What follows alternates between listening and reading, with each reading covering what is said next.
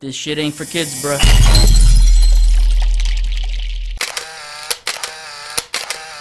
What up everyone, it's your boy Xmanny87 here, bringing you another Marvel Legends video, and what I have for you today is the Marvel Legends Black Widow Wave Crimson Dynamo Build-A-Figure Series Red Guardian action figure review. Before I get into everything, if you could please leave a like rating on the video, it'll help show your support for my channel and I greatly appreciate it. Red Guardian comes with everything you see here, so let's take a closer look at his accessories first, and then we'll take a closer look at Red Guardian. So first, taking a look at the shield, it looks really good. It's probably my favorite part of the figure. So it is a brand new design, and I just really love how this came out. So there are nice highlights of silver paint trimmed around the star, both in and out, so that looks really good. You got the red outlined in the star and around the shield. The outer parts line up symmetrically, meeting each point of the star, so that looks really good. And when comparing it next to the Captain America shield, here's the MCU one, they are both the same size. It's just this one is a little bit thicker, as you can see on the side, and it does poke out more. So if I were to lay this straight, there's like this pointy hill at best as I could describe it, whereas this one is flush. So can you see that? And that's where it is different. On the inside, you have the Captain America, which has the straps, and the Red Guardian uses that peg system that flips over to the clip, and this can be annoying for some and worrisome, as we've seen this many times in the past where this clip just breaks. So you can snap it on his arm, no problem. It's not loose, just maybe a little bit, but there's still some grip. He does have one open hand here, and then there's a closed fist, so if you wanted to flip it over to the peg, you could just, you know, fit it in his hand like so. But if you do that, it's just going to be real loose, and it's just not a good fit for the figure. Its main purpose is to plug into the back here, so you're just going to plug that in like so. I like to straighten it up where the star is pointing straight. So you can store the weapon on his back, no problem, and it looks cool. And if you want to use the shield from the Red Guardian comic version, you can do so. It does have that stupid clip system. So there you go. Hey, that doesn't look bad at all. I know it's not movie accurate, but you know, if you're the type that likes to switch things up, that would work. And plugging it on the back looks real good too. And having the comic version wield the MCU shield, it looks good, I'm not gonna lie. And if you want to store it onto his back, you can do that as well. Now to take a closer look at the head sculpt here, I gotta say this David Harbour head is very lackluster and a huge disappointment from previous face print technologies. I mean, it looks so clean and so smooth instead of that dirty, rugged look from what we see in the trailer, and I'm not a fan of it. I don't get that authentic capture from previous MCU figures with their face print technologies. I'm bummed out. It's not executed well here. Then you get the eye, and it looks like someone threw some dirt in his eyes. Very very grainy, and just it looks like paint chips from his hair just sprinkled down to his eyes, and it just doesn't look good. And there's a look at his lips buried underneath his big beard, and the paint came out a little chipped on the beard right there. You do get some gray on the side, and I just feel like this hair length is way too short from what I've seen in the trailers. It should have been a little bit longer. Anyway, the figure's on a ball jointed neck, and like, what the hell, Hasbro? Why are we going backwards here? It's definitely gonna limit some movement. That's a bummer there, but looking at the rest of the body here, you get some nice texture. I do like the costume. I really like the MCU Red Guardian costume, and you get the gray, so it's not white like in the comics. They gave it a gray color, and the paint job is a little messy here.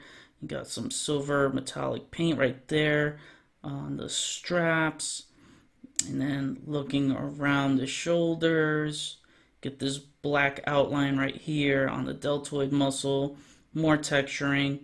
And the back I showed you earlier, that's where the shield plugs in. And then looking at his arm, you got the gauntlets, or just, well, his gloves. I think this is all one piece. And this open hand actually hinges up and down. It does not do the side-to-side thing. Then on the other hand, you got the closed fist.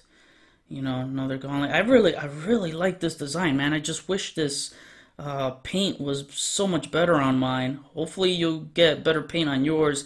Looking at the lower torso, I do like the black mixed in there to break up the gray and the red. I think that's a neat touch. Got his belt, silver metallic color right there in the middle, and it goes around. There's Russia's ass, and you're looking down onto the legs. You get more, I think these are straps, and these are pockets.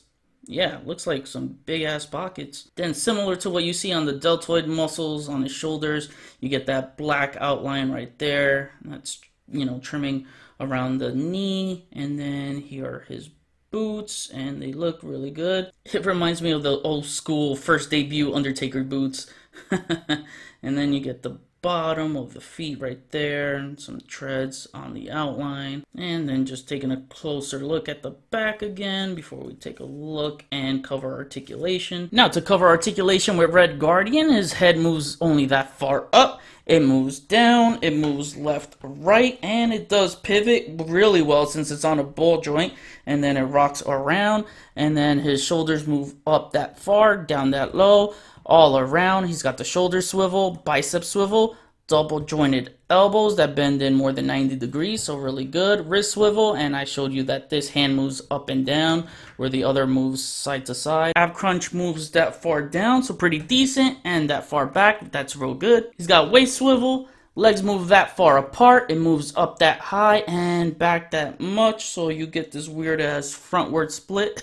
His legs rock around, he's got the thigh swivel, double jointed knees, and oh, no heel to Russia's ass, but he can kick his own back. Wow. Then you got the boot swivel, ankles move up that far and down that low, and he does have all around ankle pivot. As I warned you, this clip was going to break, and it freaking did. I am so damn pissed. So now when I do my comparisons, I wanted to have him holding the shield, and now he won't be able to. So yeah, I'm really freaking pissed, man. This is shitty. Now for some comparisons, here is the MCU Red Guardian next to our comic Red Guardian, and as you can see, they picked a good actor to have the type of body build that Red Guardian has, because he's a pretty beefy guy. So, you know, this David Harbour look for Red Guardian, he's definitely thick. He's a thick boy. Here he is next to our MCU worthy Cap, and I think this scales real well since Chris Evans is 6 feet and David Harbour is 6'3".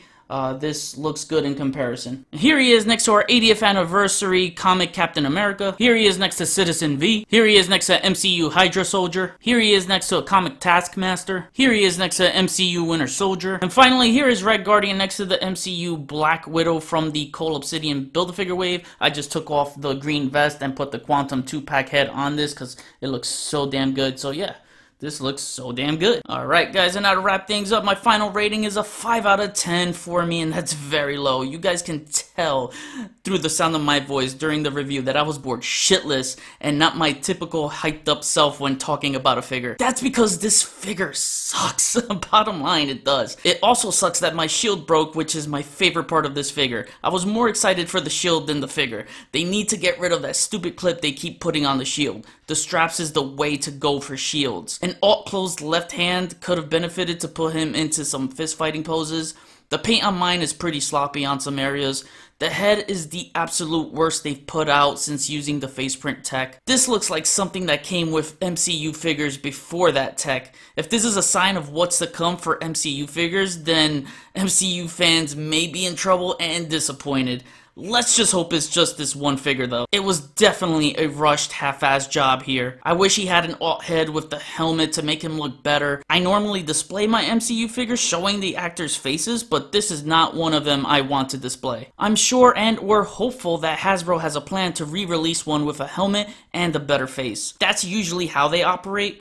On the positive side, he scales well with other MCU figures and does have the thick physique that matches well with his movie counterpart. The sculpt is pretty decent and the articulation is decently solid for what you can get out of this build. So that was my review. Please drop a like rating on the video, comment, we'll chat about it. Follow me on Instagram if you haven't already. Link is in the description below. I got my Black Widow Wave at my local Target, but you can get them at Big Bad Toy Store. Link is in the description below. Share and subscribe if you're new. See you on the next review. Peace, peace.